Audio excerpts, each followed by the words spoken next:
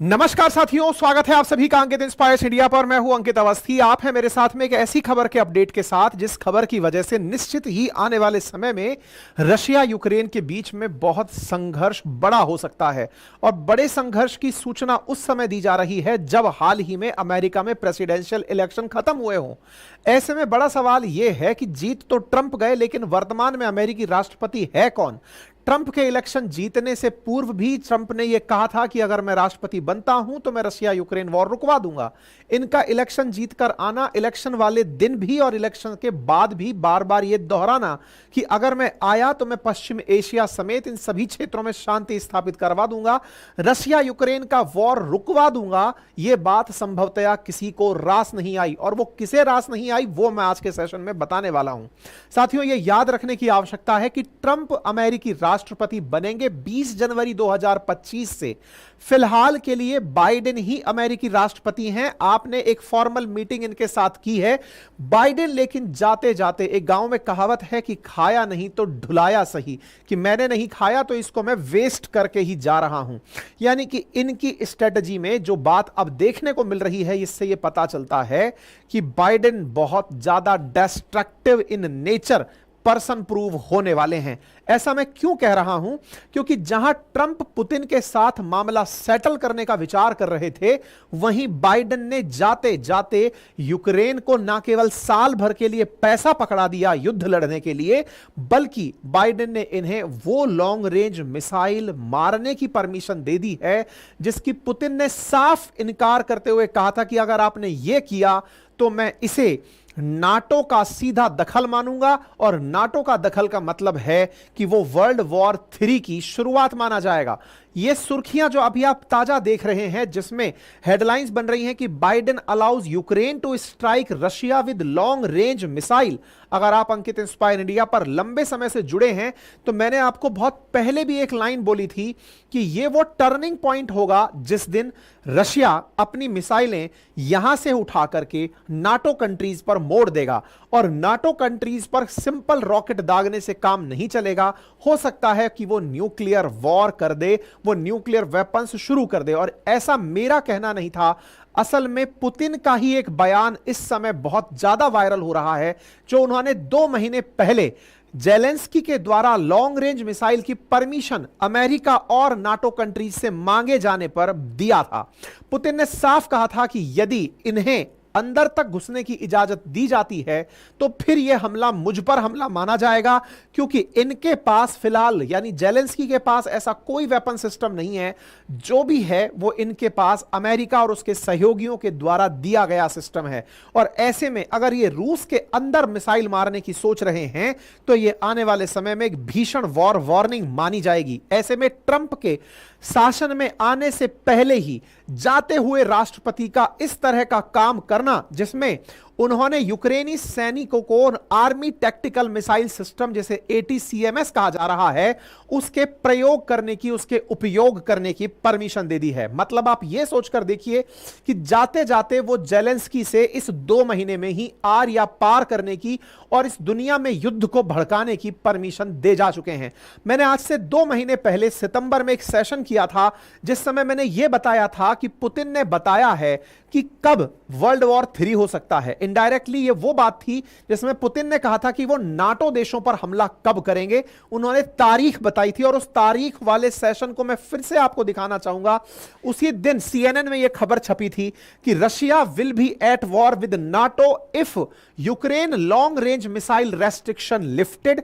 Putin ने यह धमकी दी है। CNN वर्ल्ड की यह खबर 13 सितंबर की है। आप चाहें तो इसे देख लें और अपने आप से इस बात का महत्व जुगाड़ लें कि 13 सितंबर को पुतिन ने साफ कहा था कि Russia will be eight war with NATO countries, यानी कि वो देश जो अमेरिका के पिछलग्गू हैं, एक साथ जीने मरने की कसमें खाने वाले देश हैं, उनके साथ वो डायरेक्ट युद्ध में शामिल हो जाएंगे, उनसे लड़ना शुरू कर देंगे यदि यूक्रेन ने लॉन्ग रेंज मिसाइल सिस्टम पे से रेस्ट्रिक्शन हटा दिया। मैं आपको यह खबर दिखाकर पीछे ले चलता हूं और यह हेडिंग दिखा रहा हूं, ध्यान से देखिएगा। Biden allows Ukraine to strike Russia with long range missile. मात्र 2 महीने के अंदर ऐसा क्या हो गया?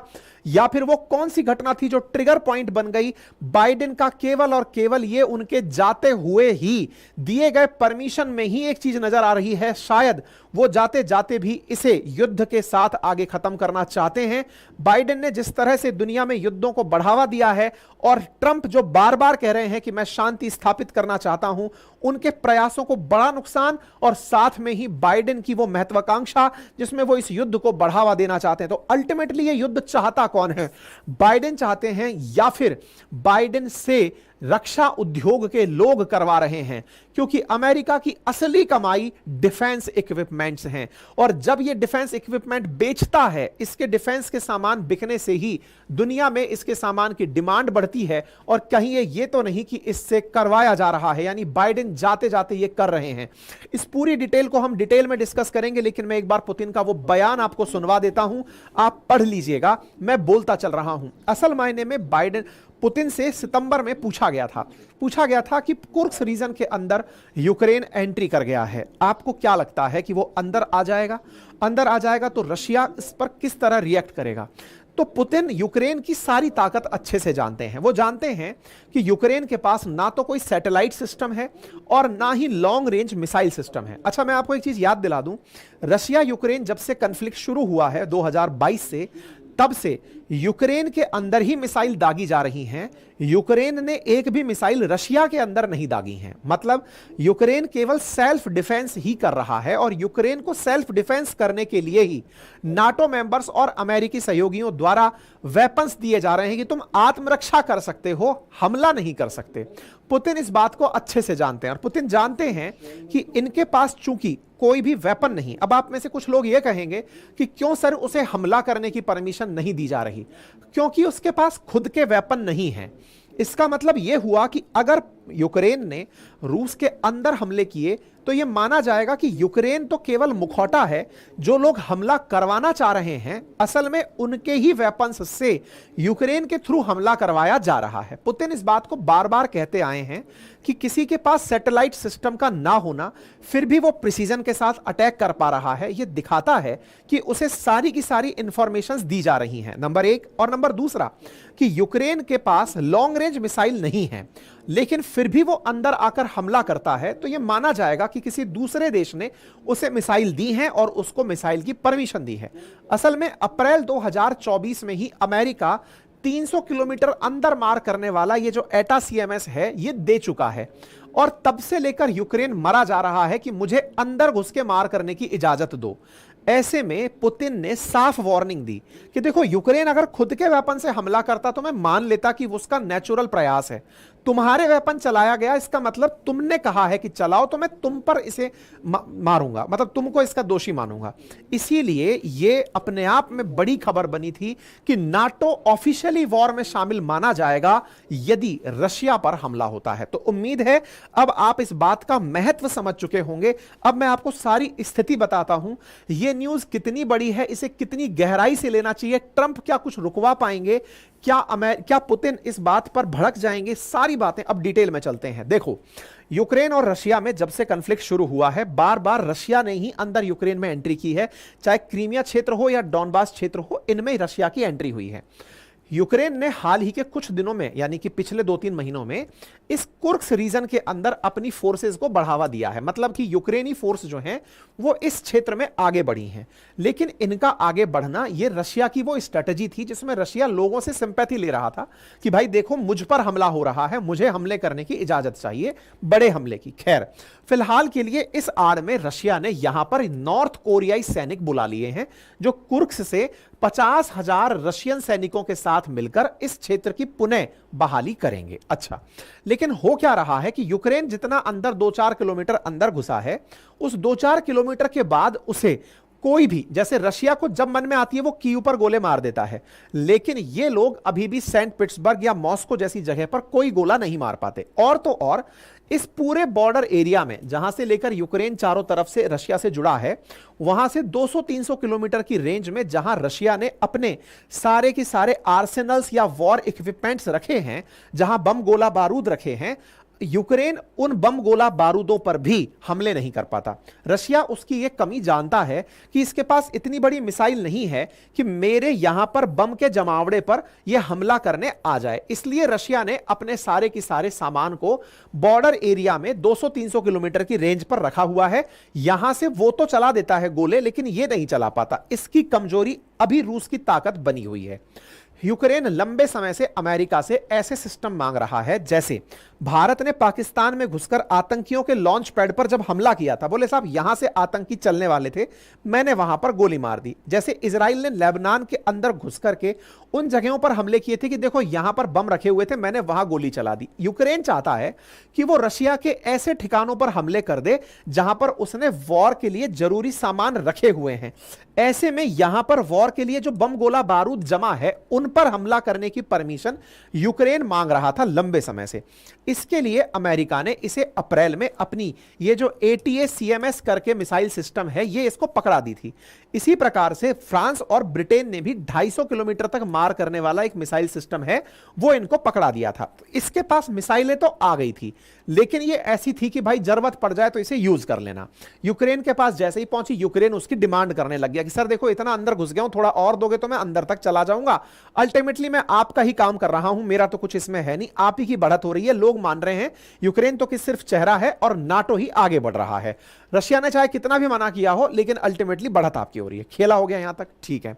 ये जब बात हुई तो कुर्स्क रीजन में एंट्री करने वाला यूक्रेन इस पूरे क्षेत्र के अंदर मात्र 2-4 किलोमीटर के क्षेत्र में ही एंट्री किया, और इस क्षेत्र को जिसको यूक्रेन अपनी सफलता मान रहा था, रशिया इसे एज ए ट्रैप काम में ले रहा था। वो जानता है कि जैसे ही अब दिसंबर, जनवरी, फरवरी का समय आएगा, यहां पर भीषण ठंड पड़ेगी, और इस ठंड के अंदर यूक्रेनी सैनिकों को, किसको, हिटलर तक को भी सफलता नहीं मिली थी इस क्षेत्र में, बोले वो इतना ऊपर तक नहीं आ पाएंगे क्योंकि ठंड में रशिया पूरी तरह से बर्फ के अंदर चला जाता है, तो ये यहां पर सफलता प्राप्त नहीं करेंगे। लेकिन नवंबर माह के अंदर ही यह घटना का हो जाना इसकी पूरे पीछे की गणित को समझाता है। अब चलते हैं हम थोड़ा और पीछे। देखो ये खबर आप देख रहे हो 11 सितंबर की। 11 सितंबर की खबर क्या है? जब यूक्रेन ने परमिशन मांगना शुरू किया कि मुझे अंदर गोला चलाने की इजाजत दो, तब अमेरिकी विदेश मंत्री एंटनी ब्लिंकन और यूके के विदेश मंत्री डेविड लेमी, ये दोनों कीव में पहुंचे। कीव आए ट्रेन से, विशेष ट्रेन से जिससे मोदी जी गए थे।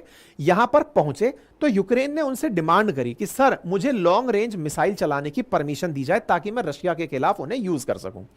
इन दोनों को, यानी यूके की तरफ से और यूएस की तरफ से, ये दोनों लोग जो आए थे, इनसे इसने डिमांड करी कि मुझे लॉन्ग रेंज मिसाइल चलाने की परमिशन दो। आप ये खबर देख सकते हैं 12 सितंबर को, Zelensky urge the West to allow long range strike without distance limit. मुझे बिना ये रेंज लगाए कि इतना तक ही मार कर पाओगे, परमिशन दे दो, मैं उड़ा दूंगा इसको। तो ये सुर्खियां आपके सामने हैं, ठीक है। अच्छा आगे बढ़ते हैं।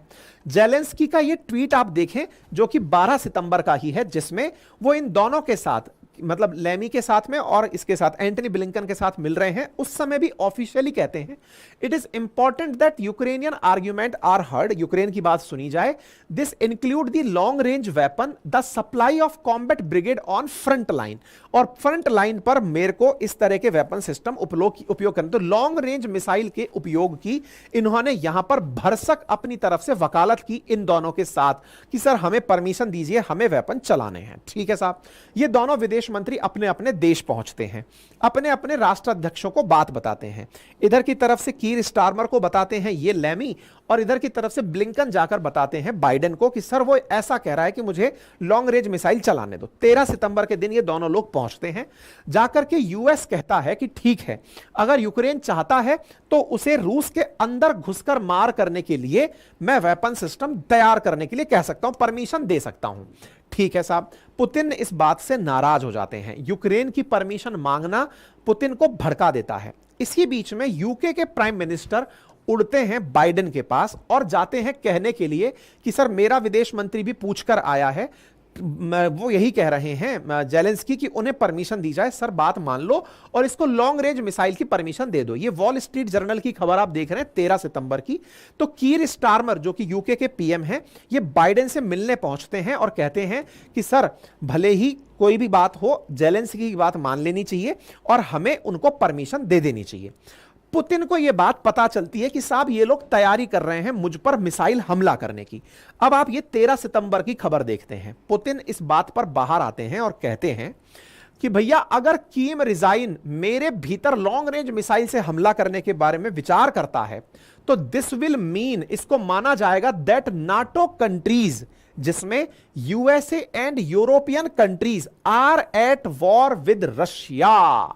तो भाई अब मैं क्या आज के इस हेडलाइन को बदलकर यह लिख सकता हूं that USA and European countries are at war with Russia, because Putin तो यह कह चुके थे। अगर परमिशन मिली तो यह कहा जाएगा कि अमेरिका और नाटो कंट्रीज डायरेक्टली रूस के साथ अब युद्ध में शामिल हो गए हैं। यही वो वीडियो था, यही जो ऑडियो था मैंने आपको सुनाया। 14 सितंबर को जब ये मैसेज 13 सितंबर को ये दे देते हैं कि अगर आपने इसे लॉन्ग रेंज मिसाइल की परमिशन दी तो मैं मानूंगा कि आप लोग डायरेक्टली युद्ध में शामिल हो, और इसके तुरंत बाद ये न्यूक्लियर वेपन का अभ्यास शुरू कर देते हैं। भाई चलाओ न्यूक्लियर वेपन, चला के ट्राई करते हैं, देखते हैं कि क्या अपन कर पाएंगे। इधर ये बात होती है। अब थोड़ा आगे चलो, 14 सितंबर की खबर देखो। दोनों लोग, बाइडेन बैठे हैं और कीर स्टारमर बैठे हैं, दोनों बैठे हैं और आपस में बातें। इधर ब्लिंकन है जिन्होंने बाइडेन को समझाया हुआ है, इधर लेमी है जिन्होंने स्टारमर को समझाया हुआ है। दोनों आपस में बातें कर रहे हैं और बातों में इस धमकी का असर देखने को मिलता है। और बातों में क्या बात निकल कर आती है कि हम कोई नई कसम नहीं खा रहे हैं कि हम इन्हें परमिशन देंगे। तो no new pledge on Ukraine missile after Starmer Biden talk, कि हम कोई नई कसम नहीं खाते कि हम इन्हें परमिशन देंगे। एक तरह से उस समय पर यह बादल छट गए थे कि चलो फाइनली अब सितंबर में यह बात रुकी।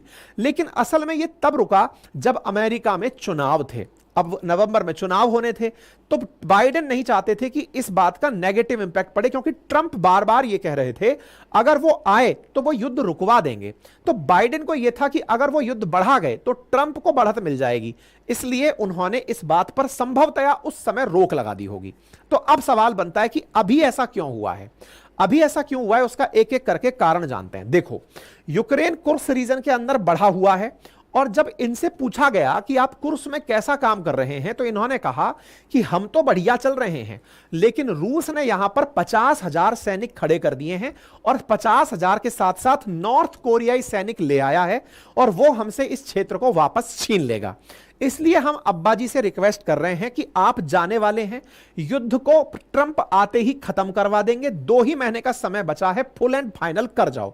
तो पहली बात तो ये कि इनसे ये कहना कि सर जा तो रहे ही हो, फुल एंड फाइनल कर जाओ, ये हो सकता है कि इन्हें एकदम मोटिवेट कर गया हो कि बेटे देख पता नहीं अपन अब कब मिलेंगे, कर देते हैं इस काम को। तो एक तो इमोशनल मोमेंट रहा हो। दूसरी कारण क्या हो सकती है, असल में अभी G20 की बैठक शुरू हो रही है, मोदी जी गए हुए हैं ब्राजील, उसमें सारे 20 बड़े बड़े पावरफुल राष्ट्र इकट्ठे हुए हैं, जिसमें रशिया, ब्राजील, अमेरिका, चाइना, सब भारत समेत सब देश गए हैं। उस दिन बैठक शुरू हो रही है, उस दिन रूस ने कम से कम 100 से अधिक मिसाइलें और ड्रोन अभी कीव पर यानी कि यूक्रेन के ऊपर हमले किए हैं। ये वो तस्वीरें हैं जो आप यहां पर देख रहे हैं। जेलेंस्की ने ये ट्वीट करके दिखाया कि देखो हमारे ऊपर ईरान द्वारा निर्मित जो शहीद मिसाइल सिस्टम है वो चलाया गया है, और हमारे ऊपर मतलब ड्रोन चलाए गए हैं और मिसाइलें चलाई गई हैं। ऐसे में अगर आप लोग अभी भी आंख बंद करके बैठे हो कि उधर से तो रशिया आपको उकसाने के सब काम कर रहा है और आप कुछ नहीं कर रहे हो, ऐसे में बाइडेन ने उन्हें परमिशन दे दी कि जाओ और तुम भी लॉन्ग रेंज मिसाइल चलाओ। बाइडेन के द्वारा जिस मिसाइल परमिशन को दिया गया है वो मिसाइल है ATACMS missile system, that is army tactic missile system, कि ये जाकर के इसका उपयोग कर लो, प्रयोग कर लो। ये ATACMS मिसाइल सिस्टम क्या है साथियों, ये 300 किलोमीटर तक मार अधिकतम करने वाला मिसाइल सिस्टम है, जो उड़ते उड़ते मैनूवर कर सकता है, यानी दिशा बदल सकता है।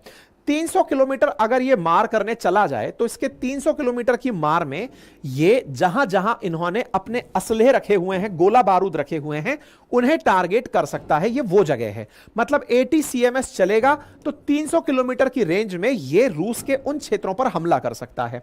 अमेरिका जो आर्टिलरी इसके द्वारा यूज करवा रहा है वो 80 किलोमीटर तक अधिकतम मार करवाता है।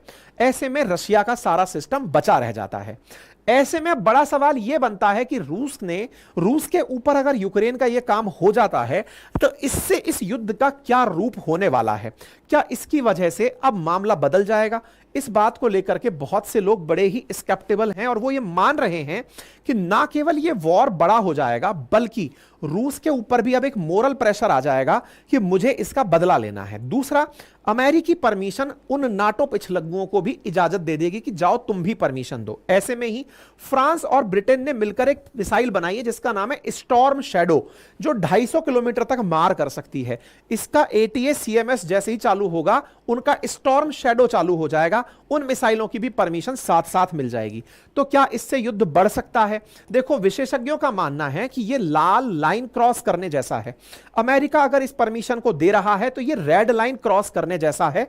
अमेरिका के वेपन्स का यूज होते ही यह दिक्कत खड़ी हो जाएगी। इसी बात के ऊपर आज का ताजा अपडेट जो रूस के एक सांसद के बयान से आप समझ सकते हैं। जैसे ही अमेरिका ने परमिशन दी, इधर से रशिया के एक सांसद ने कहा है कि बाइडेन का यह परमिशन देना अपने आप में वर्ल्ड वॉर 3 को शुरू करा सकता है। मैं अगेन बोल रहा हूं, यह बहुत इंपॉर्टेंट खबर है। यह परमिशन अगर मिली है, इसका मतलब समझिए कि इस परमिशन के मिलते ही पुतिन यह मानेंगे कि नाटो अलाय अब डायरेक्ट वॉर में है, और डायरेक्ट वॉर में है तो ऐसे में यह वर्ल्ड वॉर 3 शुरू होने जैसा माना जाएगा। तीसरे विश्व युद्ध की शुरुआत के रूप में इसे काउंट किया जाएगा। यह सुर्खी बन चुकी है और उस दिन डाला गया वीडियो इस समय भयंकर वायरल हो रहा है। ब्रिक्स न्यूज पर अभी देखिए, कुछ ही मिनटों में यह 1.4 मिलियन चला गया है। यानी कि पुतिन का वो डायलॉग कि अगर ऐसा होता है, लॉन्ग रेंज मिसाइल देने की शुरू होती है तो हम इसे खुद पर नाटो देशों का हमला मानेंगे और नाटो के साथ अब युद्ध करेंगे। इसका मतलब यह खबर अब वायरल खबर है। पुतिन अब किसी भी समय कुछ ऐसा प्रयास कर सकते हैं जो कि ट्रंप के आने से पहले ही मामला खत्म कर देगा।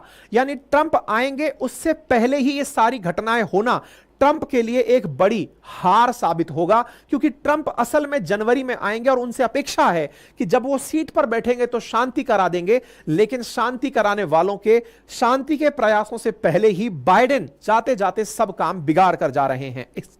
इस पर ट्रंप के बेटे का एक ट्वीट हाल ही में आया है और उस ट्वीट में ट्रंप के बेटे लिख रहे हैं कि यह बात वर्ल्ड वॉर 3 शुरू करने जैसी है और ऐसे में लग रहा है कि यह सारी की सारी चीजें उन लोगों के द्वारा की जा रही हैं जो मिलिट्री इंडस्ट्री कॉम्प्लेक्स चला रहे हैं। हमारे फादर तो शांति स्थापित कराना चाहते थे, लेकिन जो मिलिट्री इंडस्ट्रियल कॉम्प्लेक्स चला रहे हैं लोग बाग, उन लोगों के प्रयास के चलते ही बाइडेन ये परमिशन दे गए होंगे। क्योंकि यह माना जाता है कि अमेरिका को लॉबिस्ट चलाते हैं, बड़े बड़े उद्योग धंधे वाले लोग चलाते हैं। तो बाइडेन से जुड़े हुए लॉकहीड मार्टिन जैसे जो बड़ी बड़ी कंपनियां हैं जिनके बहुत सारे धंधे अटक जाएंगे अगर यह युद्ध नहीं हुआ, तो युद्ध उनकी जरूरत है और युद्ध की वजह से वो वेपन्स बेच पाएंगे। यह अपने आप में एक बड़ी खबर है। तो डोनाल्ड ट्रंप जूनियर का यह बयान दर्शाता है कि ट्रंप तो नहीं चाहते कि युद्ध हो, लेकिन ट्रंप के आने से पहले ही बाइडेन इस पूरे काम को करके जाने वाले हैं।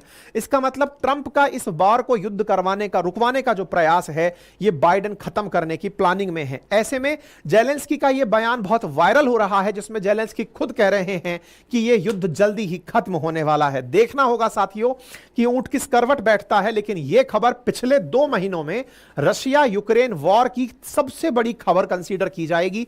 पिछले 2 महीने में अभी तक कोई भी ऐसा बड़ा मूव नहीं हुआ था, कोई भी इतना बड़ा चेंज नहीं हुआ था दोनों वॉर जोन्स में, लेकिन यह खबर इसने पूरी की पूरी स्थिति बदल दी है। इसका इंपैक्ट क्या होगा, जैसे ही कोई अपडेट आएगा मैं आपके साथ जरूर साझा करूंगा। बाइडेन का किया गया यह प्रयास निश्चित ही अमेरिकियों को एक बहुत बड़ा सेटबैक देकर जाएगा। चूंकि अमेरिका में बाइडेन ने जेलेंस्की का समर्थन करते करते हाल ही में $9 बिलियन उसे पकड़ा दिए हैं कि बेटा तुम साल भर के लिए युद्ध लड़ सको, इतना पैसा तुम्हें दे रहा हूं। बाइडेन ने इन्हें मतलब $9 बिलियन दिए हैं ताकि वो युद्ध कंटिन्यू रख सके, और साथ में उसे इस तरह की चीजें देना, ये अमेरिका के और बाइडेन के उन पुराने मतलब जो आइडियाज हैं उनको ओपन कर रहा है, जिसके लिए संभवतः अमेरिकियों ने उन्हें हरा दिया था। आप इस विषय के लिए हमेशा आगे अपडेटेड रहने के लिए चैनल को सब्सक्राइब कर लें। ऑलरेडी सब्सक्राइब किया हुआ है तो साथियों से सब्सक्राइब करा दें, साथियों को इस चैनल के साथ ज्यादा से ज्यादा जोड़ें।